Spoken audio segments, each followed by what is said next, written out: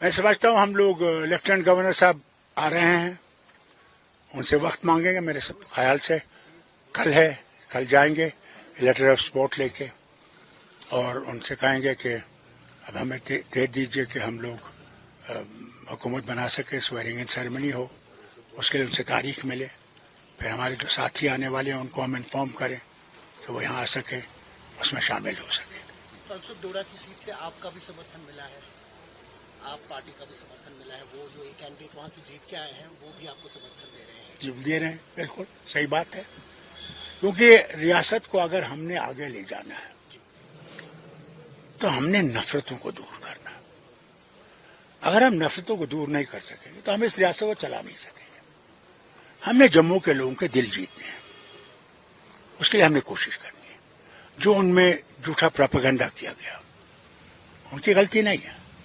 انہیں یہ سنایا گیا کہ صاحب یا پتھر بازی شروع ہو جائے گی یا آتنکواد شروع ہو جائے گا، آپ لوگ خطرے میں ہیں. مگر انہوں نے یہ نہیں دیکھا کہ ان کی زمینیں چلی گئی، ان کی نوکریاں چلی گئی، ان کا سب کچھ غائب ہو گیا، مگر وہ ان کے پروپیگنڈا میں آ گئے. ہم ان کے دلوں سے یہ پروپیگنڈا نکالنا چاہتے ہیں. ہم چاہتے ہیں کہ ہم سب خوشحالی سے رہیں. اس ریاست کے بڑے مشکلات ہیں اور ان مشکلات کا ہم نے مقابلہ کرنا ہے. انہوں نے بھی کرنا ہے، ہم نے بھی کرنا ہے، تبھی یہ ریاست آگے چلے گی. اور اس میں ہمیں دلی کی حکومت کا بہت ضروری تعاون چاہیے کہ یہاں اسٹیٹ ہوڈ ریسٹور ہو اور حکومت کام کر سکے. آخرکار یہ ہندوستان کا تاج ہے، مکٹ ہے. اگر تاج چمکے گا نہیں تو ہندوستان کیسے چمکے گا؟ فاروق صاحب، ایسے خدشات جتائے جا رہے ہیں کہ جو 2019 سے پہلے اسمبلی تھی کافی پاورفل اور اسٹرانگ اسمبلی تھی یہاں پہ، اب کی جو اسمبلی آئے گی اپنا پاورس نہیں رہیں گے اور شاید سرکار اس طرح سے لوگوں کے کام نہیں کر پائے گی. یہ لوگوں میں ایک تھوڑا سا دیکھیے یہ ہم میں بھی ہے. آپ لوگوں کی بات کیا، ہم بھی تو لوگ ہیں. اس لیے تو میں کہتا ہوں کہ مرکز کو ہمارا ریاست اسٹیٹ ہوڈ واپس کرنا پڑے گا کہ حکومت کام کر سکے. کیسے ہم آگے چل سکیں گے؟ یہ بہت ضروری ہے. ہم نفرت اور دشمنی سے نہیں چل سکتے. الیکشن ہو گیا، ختم ہو گیا. کس نے کس کے بارے میں کیا کہا وہ چھوڑ دیجئے. اب اس ریاست کو بنانے کا کام ہے، یہاں کی غریبی کو دور کرنے کا کام ہے، بیکاری کو دور کرنے کا، ڈیولپمنٹ کا کام ہے. کم نہیں ہے، وہ کرنا ہے. الائنس پارٹنر کے ساتھ کسی قسم کا کوئی تضاد نہیں ہے اس ٹائم سیٹ شیئرنگ یا کسی چیز؟ دیکھیے الائنس تو ایک ہی پارٹی ہے جو ہے ہمارے کانگریس. تو ہماری کیا ان سے ڈفرینسز ہو سکتے ہیں؟ ہمیں کیجریوال نے بھی چٹھی بھیجی، ان کا وہ آدمی جیت کے آیا ہے. ہمیں باقی سب نے جو جیتے ہیں انہیں ہمیں چٹھیاں دے دی ہیں، کیونکہ وہ بھی یہ سمجھتے ہیں کہ صاحب اکٹھے ہم لوگ اس ریاست کو بنا سکتے ہیں، اکیلا ہم نہیں بنا سکتے. یہ آپ کو سمجھنا چاہیے.